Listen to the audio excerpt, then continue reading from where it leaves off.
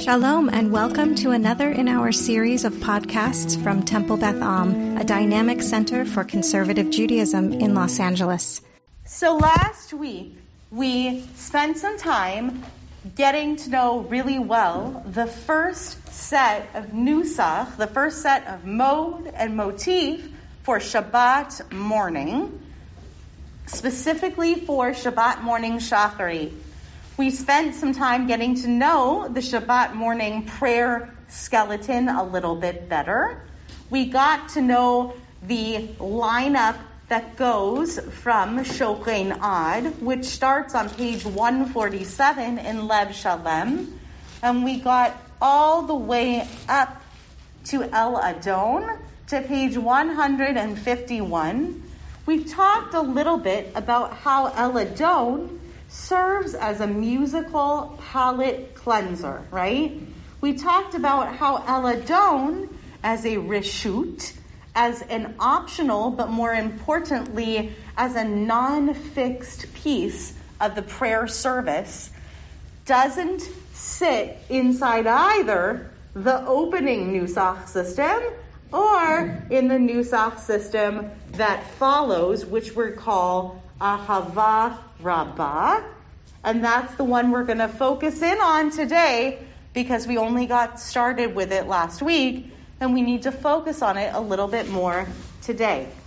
Ahava Rabbah is named after the page, the series, the what I would call peticha, the opening of the paragraph, the long blessing, called Ahava Rabbah. And that is why we call it Ahava Rabbah. Ahava Rabbah means great love or abundant love. And it's just a way of identifying mode and motif. I'm going to constantly go back to what that mode and motif is, because for some people, one of the big pieces of this class when it comes to learning is simply the understanding of what mode and motif themselves are. So, as a reminder, the mnemonic is to get us inside that scale that klezmer, those who play instruments from the world of Ashkenaz, would call Fragish, which means that they take a minor scale, what I would call like a standard minor scale, a normal minor scale, 1, 2, 3, 4, 5, 6, 7, 8. And when you look at those first 5 notes, 1, 2, 3, 4, 5, you're going to lower that 2 and raise that 3, so you're going to make a bigger space between them. In music, we call this work interval work, right? The space between them. It's all math, really. Okay, music really is math. So we're going to lower the space between those 2 until 1 to 2 becomes a little half step between the 2, like Jaws. 1, 2, 1, 2, 1, 2, 1, 2, 1, 2, 1, 2, 1, 2. Okay, you get it? Jaws is the mnemonic for that. And then we're going to leap up to 3. 1, 2, 3.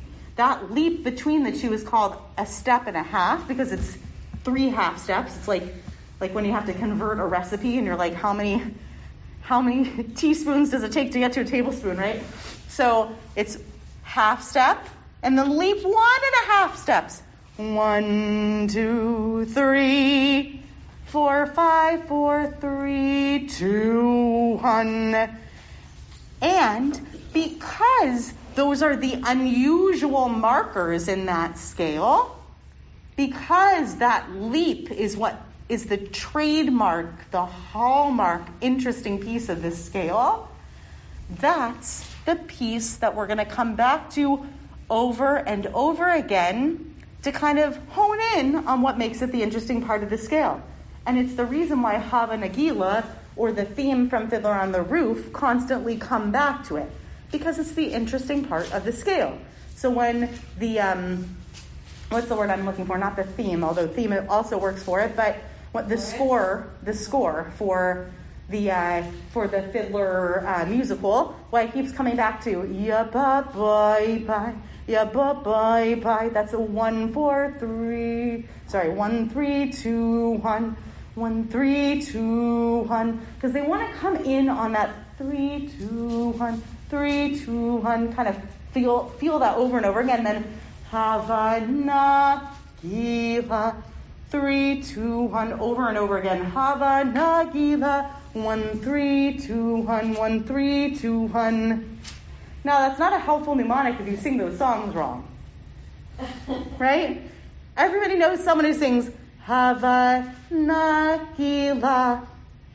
Hava Nagila. You hear me singing that wrong? Does anyone hear me singing it wrong? If you don't hear me singing it wrong, then you might have trouble with this. Say it again. Hava Nagila. But sometimes people sing it. D, D, D, D, D. That's a major scale. 1, 2, 3, 4, 5, 4, 3, 2, 1. Hava Nagila. That's very wrong. Can you do it right? Hava Nagila. Okay. Versus Hava Nagila. Oy vavoy.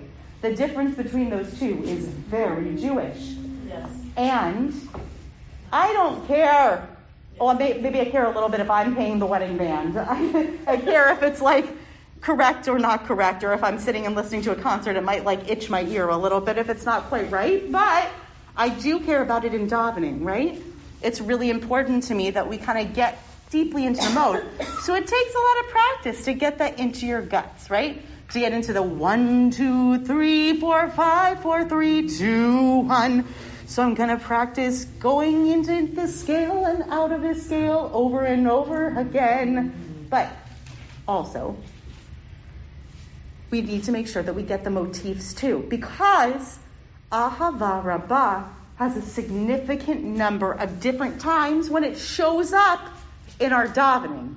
I'm going to give you an example of the one that we're not learning right now, but is very, very important to eventually learn. The example I'm going to give you is a really easy and basic one, and perhaps the next one that we'll learn together. Maybe this will be the next class I teach. Who knows? Maybe we'll have a poll, a vote about which is the next one that we learn together. This is for weekday Shacharit, starting at Yishtabach, which is a part. It lives within the parentheses of what we're working on now, right? It comes right after Shochenan. On a weekday morning, Ahava Rabbah has this motif. We go back and forth, and then down and back up. This is Ahava Rabbah on the scale. But we don't use this scale on Shabbat morning. We can do this over and over again on a Monday morning or a Tuesday morning. We can do this in the morning and also on the next morning, but we don't do this in the evening at all, even though that's also Ahava Rabbah, right? But we don't use it at Mincha, we don't use it at Mariv, we don't use it Shabbat morning. We only use it on weekday mornings, which is 6 mornings a week. Okay, so it's actually very useful. When people ask me to teach them a Shabbat davening class, that's great, but that's only useful one day a week. The rest is useful 6 days a week. So why don't I sell you on learning weekday davening also? So the mode is useful, but the motif is different on Shabbat morning. And we started getting into that last week, and we're going to go back to it right now. And we're going to start from the part after the fun song El Adon, right? We're going to go to the next page, which is what page? After El Adon. Tiparach is where we, or sorry, El Baruch. Right, 152. Right, 152, because 151 is El Adon. So now we're on 152. So we're on page 152. And we're going to go like this. 1, 2, 3, 4, 5. 1, 5. By the way, 1, 5 is a really strong, common interval in Jewish music. We get there a lot. That's Twinkle Twinkle, by the way, which comes from Mozart. We're not going to go there right now. But 1, 5, Twinkle Twinkle Little Star. That motif comes from a Mozart symphony. We'll get there another time if you love classical music. It only helps you if you know Mozart really well. Otherwise, why would you care? But 1, 5, twinkle, twinkle. That 1, 5, it shows up everywhere to start Jewish music. That's how you start Vayechulu. No matter how you do Vayechulu Hashemayim, if you're an Ashkenazi Jew, Vayechulu Hashemayim v'aretz v'chol tzvaham, Vayechulu Hashemayim v'haaretz, however you do it, 1, 5, Vayechulu, everybody starts at 1, 5. Okay, so Tiparach Reinu or Lesher Shabbat. We always start with that 1, 5. It's a very strong, common opener. Okay? So if you want to do interval training and ear training, that's a really good place to start. And 1-5 is a pretty big leap because remember my hand? 1, 2, 3, 4, 5, 1, 5, 1, 5. That's a big distance, okay? So I acknowledge that. That's a big leap for, okay? But I want you to see and get to know how that fits in the scale. So, I'm going to open my Siddur, and we're going to do some of this work and repeat after me. And you'll notice I'm going to do a little bit less singing within this because it's a little tricky. The motifs are a little trickier. I can't quite sing you through the nusach in the same way. So, 152. La'el asher shavat. Try that. La'el asher shavat. One more time, and make sure that you do shavat. Do you see shavat and not Shabbat? Okay? La'el asher shavat. La'el asher shavat. Mikol hama'asim. Mikol hama'asim. Watch my hand when I sing it. Don't sing it, just watch my hand.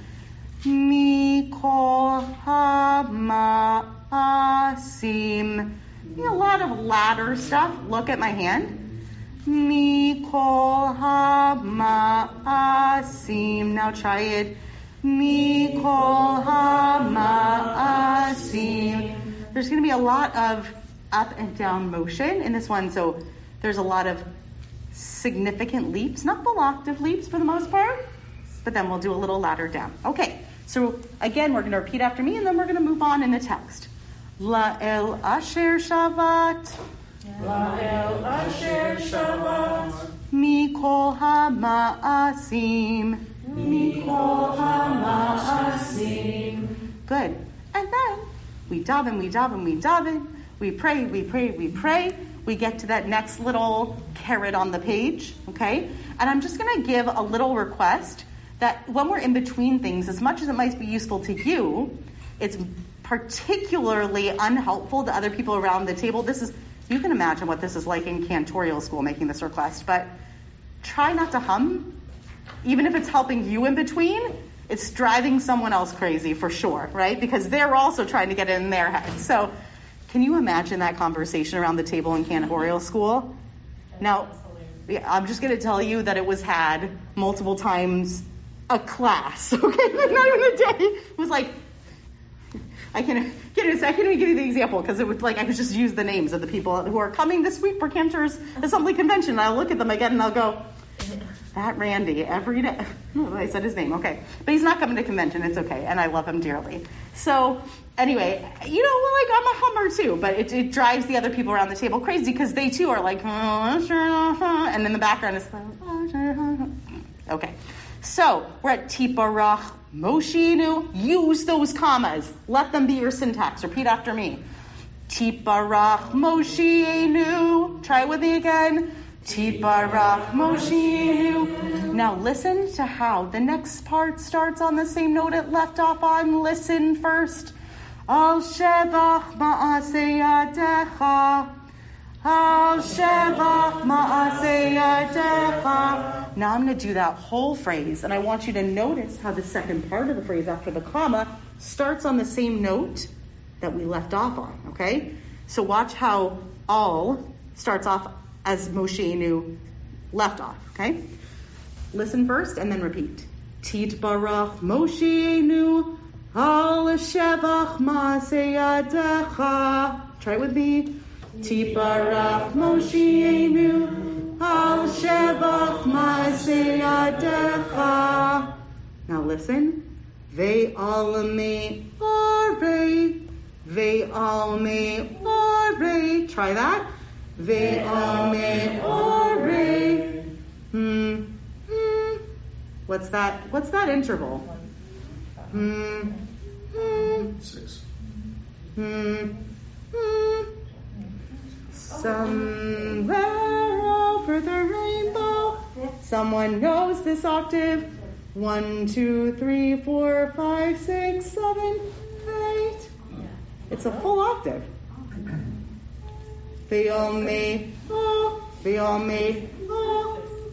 It's a full octave. It's the same note, but a full octave higher. Okay? Ve'alme ori. Good job. Ve'alme ori. Now listen to me carry on with the phrase, okay? Ve'alme ori or shehasita. Listen to me one more time. I'm going to do it again. Ve'alme ori or shehasita. Let me do it again, just me. Ve'alme ori or shehasita. Now all of us. Ve'alme ori or shehasita. And now I'm going to finish. Now I'm going to pick up on that same note where I left off. Yifaharu chasela. Yifaharu chasela. Let's do it again twice. Yifaharu chasela. One more time. Yifaharu chasela. Good. Listen to me do the phrase. Oh, yeah, please, Eric. Sorry, were you saying hasela? That's Yifarucha sela. Oh, okay. Right? Yifarucha. And it is two ahs because it's yifa'a rucha. Yifa'a rucha sela. That's a long word, right? Yifarucha sela. Yeah. Okay, I'm going to have you listen to me do that whole phrase. So, listen. And I'll put that on top of my book, my phone that's recording. So, listen, and then we're going to try it a few times together. Titbarach Moshinu al Shevach Maseyadecha Ve'al Mehore or Shehasita Yifaharu Chasela. Do you hear how dee dee dee dee dee dee dee dee dee dee dee dee dee dee dee? You hear that going down that scale? Dee dee dee dee dee dee. It's really like it's getting that little notch of it. 3, 2, 2, 1. They really like when we end that phrase. You really want to feel that mode that we're in. Okay, so let's try it all together from Tibarach Moshinu. And if we get this, like if I hear you all participating, we're going to change the page because I'm tired of this page. Okay, ready? Chad, Shtayim, Shalosh. Titbarach Moshinu al Shevach Ma'aseyadecha Ve'al Me'orei or Shehasita Yifaharu Chasela. Now, this is the part of davening where I am going to mostly give you note for note precise ways of doing this as opposed to giving it loosely. Because it's such a complex system, the Ahava Rabbah mode, that I'm not going to give you 4 different ways to do it. I'm probably going to be pretty consistent as much as I can be. The caveat is that I can't always remember what I just did because I'm a jazz singer. So I may do it slightly differently, and probably like Eric or AJ, you guys are very good at catching me if you're going to be like, you just ended up very differently. And I'm going to say, okay, sorry, I'm just not going to remember. Yifaharu Chasela. I'm never going to be consistent. Yeah. Mm-hmm. Are we going to do the Tibarach at the bottom, or we're going right to Abba? Well, take a look at the instructions in the middle of the page. What does it say? Continue on the next page. Never mind. And then it says, on festivals occurring on weekdays, we recite. But this is not a weekday class. It's a Shabbat class. We're going to turn the page. I'm sorry. Don't be sorry. I'm glad you pointed it out because now we know we have to turn the page. Okay, so we turn the page. And this one also starts with Tibarach. So listen up and repeat after me. Tibarach Surenu, your turn. Tibarach Surenu. Malkeinu Begoalenu. Malkeinu Begoalenu. Borei Kedoshim. Borei Kedoshim. Borei Kedoshim. Borei Kedoshim. Good, you guys are nailing that scale. Way to go, very Jewish. I like it. Okay, now we're going to go to Kulam Ahuvim, which is at that little caret mid-paragraph. Okay, so we would daven, we whisper. We get to that caret, and it goes like this. Kulam Ahuvim, Kulam Berurim. Try that. Kulam Ahuvim, Kulam Berurim. So we did that 5 thing. Remember that? Kulam Ahuvim, Kulam Ahuvim, Kulam Ahuvim, 1, 5. You guys notice that?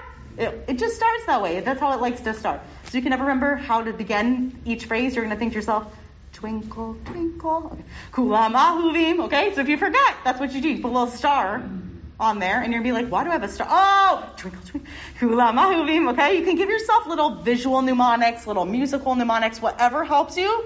You put that in the book, okay? So listen carefully. I'm going to go all the way through those first 3 words at that caret, and then you're going to repeat after me. Kulam ahuvim, kulam berurim, kulam giburim. Okay, let's try that. Kulam ahuvim, kulam berurim, kulam giburim. Now listen carefully. We have a lot of words on this page. So that was another 1-5. Nope, that was an octave. The That third one, that third kulam. Kulam, kulam, giborim. 1, 2, 3, 4, 5, 6, 7, 8. Kulam. Got it. And that's a full octave. Why do you change the note in that word? Before, wasn't it one word on each, like one word on the one, and then the next word was the octave, or was it one to the octave and the same? So basically what I'm doing is I'm doing the same musical patterns, the same motifs. Sometimes I'm applying it to one word. Sometimes I'm applying it to 7 words. And what I'm about to say, Eric, is that at the next, it's never the same. It's just to get through chunks of liturgy. So I was about to say, for example, on the next one, I'm going to try to get through the whole sentence. V'chulam osim be'ema uvira ritzon konam. I'm going to try to get through a phrase that I used for only like 1 or 2 words before. Because I just need to get through that chunk of text. So it doesn't always apply to just 1 word or 2. Sometimes I have to get through it. And the way I do it is by utilizing something called a reciting tone. So I want you to listen to how I go from kulam ahuvim through all the way through the next line and see how I apply it and see if that makes sense. And if my explanation still doesn't make sense after that, you're going to tell me, okay? Okay, so it goes. Just listening this time. Kulam ahuvim, kulam berurim, kulam giborim, vechulam osim be'ema uvira ritzon konam. I'm going to do it one more time so you can listen to the reciting tone. Kulam ahuvim, kulam berurim, kulam giborim, vechulam osim be'ema uvira ritzon konam. I'm doing that same tone a whole bunch of times so I can get through a whole bunch of text that I know is really long. Recitative. Okay? That's right. Recitative is reciting tone. There's a really wonderful line. Does anybody know the show Something's Rotten? Are you fans of that show? It's wonderful. Oh my God. There's the play Something's Rotten musical came out a few years ago. There's a wonderful song in it that's called It's a Musical. It goes, a musical, a musical. Everybody loves it because a musical. And then there's like this wonderful part of the song that does reciting tones. It's like the best example I've ever heard of it in English, where they're like, sometimes they sing a song that's really depressing, and sometimes they get something really exciting. And it's like a very good example in real English life. But you know what? We don't really do that for the most part in English. This is like a weird thing that Jews do, and also classical music. So we just kind of do it. So Eric, it doesn't follow a pattern so much of like we do this on 1 word, we do this on 2 words. It's more we're gonna use a whole bunch of red Lego bricks on this one because that's the next instruction is to use a red Lego brick, but we have a lot of words to get through. Okay, so we're gonna see if that works. Yeah, does that make sense, Ish? Should we keep trying to get through it? Just do it. Let's do it. Yeah. We're going to keep trying. We're going to try to get through it. Can I ask another question? Yeah, of course. Keep going. So, like in, let's say, a congregational melody, right? Everybody knows that there's reciting kind of words to make the melody fit into the words. Totally. Is that what you like? Is this individual to you the way you're going through the reciting tones? Would somebody maybe do it slightly different? Totally. Okay, so this isn't. So this is, and that goes back to the point that I was making before. So the question is like, does everybody do Vechulam osim be'ema uvira ritzon konam? No way, because some people do kulam ahuvim, kulam berurim, kulam giborim, וכולם עושים ממה ובירא רצון קונם וכולם פותחים את פיהם בקדושת תורה בשירה ובזמרה ומברכים ומשבחים ומברים מריצים ומקדישים וממליכים. Right? And that's like, I don't do that on a Shabbat morning, right? Like, I'm just not, and I also could like never replicate that unless I listened back to this and I was like notating it for myself. I can't do it. So like, I was trying to think like how am I going to remember this exactly? Right. It doesn't You're not, to. and you don't have to. Right. And for some people, the only way that they can learn is if they know, like the only way that they can do it is if there's basically trope for them to apply. Right? And so I'm trying to accommodate both of those styles of learning. That there exist, if you want it, right, there exist completely written out. Like I said, I think last class I was telling people, there is a website connected to the cantorsassembly.org website that will allow you to click and both have the sheet music, you don't even pay for it, but like you have sheet music and recordings, and you can learn like from sheet music. If that's the way that you learn and you like to learn note for note from something, you totally can. This class is a little bit more geared towards people who are like, okay, I get the gist of it. Now I can do my own kulam, mahuvim, kulam, beruvim, and you'll change it a little, and I'll say, oh, that's nice. I like Eric's style. Okay? Great. Fantastic. We're going to keep moving. Okay, so I'm going to take it from v'chulam potechim et pihem bikdusha uvtohara. Let's do that together. Make sure you say uvtohara. It's not tahara, it's tohara. Yes, we could debate how many of those letters get the kamatz katan. I'm telling you, I pronounce it tohara. It is not tahara for sure. It could be tahora. It's definitely. Does anyone have an alternate pronunciation you would like to submit?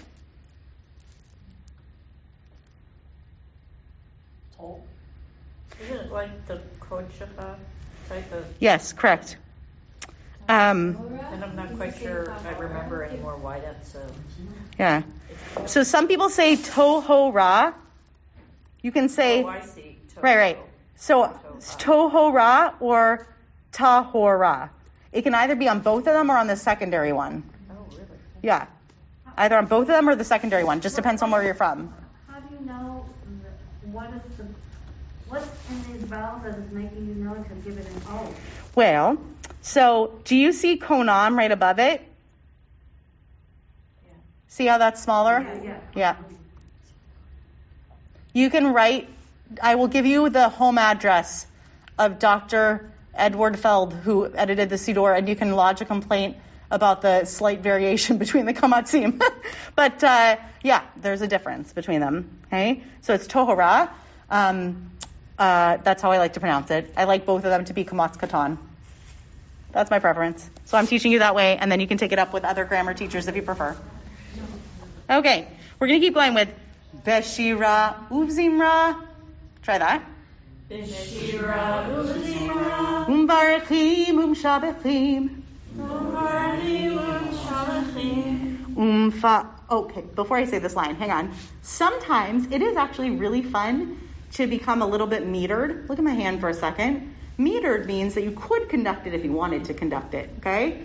Sometimes it's kind of fun. There are lots of different ways that you can indicate to the congregation that you should come in with me for a second. Sometimes, and this is not a complicated thing to do, you don't need to conduct them, but I want you to see that I could do this where I was going, וכולם פותחים את פיהם בקדושה וטהרה, בשירה וזמרה, ומברכים שבחים, ומפארים ומעריצים ומקדישים וממליכים. Okay?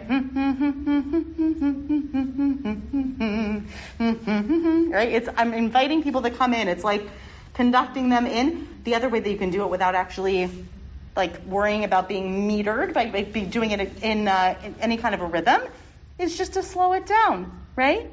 So, b'shira uvzimra barchim shabechim, umvarim umaritzim umakdishim umamlichim. You can also do it with volume. Beshira usimra, umvarchim, umshabechim, umparim, umharitzim, umakdishim, umamlichim, et Shem Ha'el. There's so many ways to do it, but please do something to let people know they should get back in there. Yeah?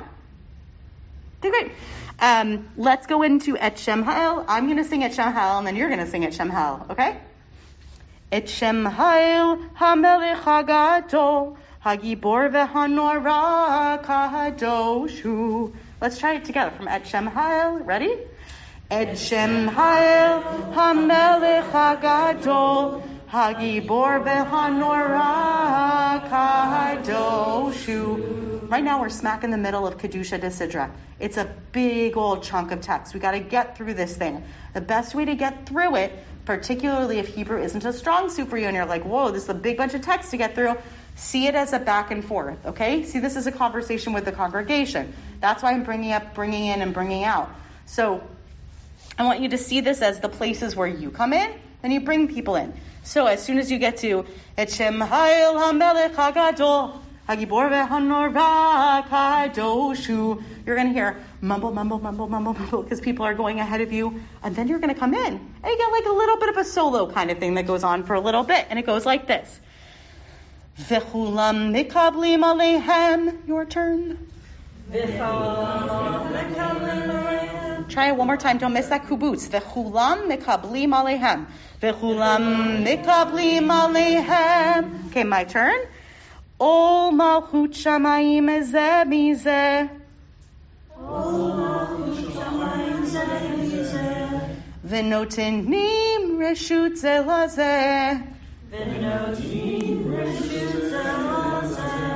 Good. I'm going to start the pattern over. Lehakdish liotzeram benachat ruach. Lehakdish liotzeram benachat ruach. I could have moved on to Lehakdish liotzeram benachat ruach, but then I'd have to get through the end with I feel like I'm in the basement for the whole rest of the thing, so I don't. I start over the pattern. Does that make sense? It's just a choice. I don't like getting stuck down there. So, lehakdish liotzeram benachat ruach. Lehakdish liotzeram benachat ruach. B'safa v'rura. Now, let's not make an ironic joke of that. Bisafa verura means, and in language that's clear. So let's not go, let's be really clear about that, okay? Bisafa verura. And then let's be really fun about it. Uvimima kedosha. Good, and that is one of the most mispronounced words in the entire Siddur. It is not Kedusha. It is Kedosha. The number of people who say Kedusha there, man, if I had a nickel for every person who said that, I'd have so much tzedakah, particularly in daily davening. I don't hear it as much on Shabbat, but man, oh man. So Kedosha. And the reason I know this, and I've checked, Avi Habibi and I have had many conversations about this, but look at the grammar of it for a second. In clear language, B'safa v'rura, in clear language, u v'ne'ima, and in niceness, like na'im me'od, but instead ne'ima is like the nounal version, right? And niceness, kedosha, that is sacred beauty, sacred niceness. Okay, so kedosha. And then we're going to end it with this. This is definitely meant to be you bringing everyone together because it says kulam ke'echad onim ve'omrim be'yira. Everyone as one comes together and says in awe. Kulam ke'echad onim, and answers ve'omerim be'yira. So we want to say that in a little bit of meter. Kulam ke'echad onim ve'omerim be'yira. Let's say it together. Kulam ke'echad onim ve'omerim be'yira. And we say it together. What's that? Could you do it again? Kulam ke'echad onim ve'omerim be'yira.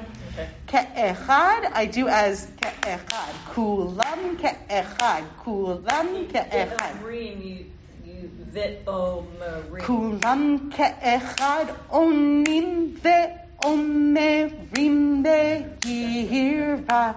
And then we all sing, Kadosh, Kadosh, Kadosh. We all know this. Adonai tzvahot melech haaretz kevodo. Okay, I want to point out something that is going to impact on your pronunciation, on your getting through this. And you may or may not notice what you're doing with it yet, but I'm going to point it out. It's kind of like I like to say, I'm a terrible dancer. It's nice to be aware of the things you're not good at. You do not want to see me dancing. I'm not aware of it. But I'm also I'm aware that I'm not only not a good dancer, I also am just unaware of the way that I walk, I stand, my posture. I'm not very bodily aware.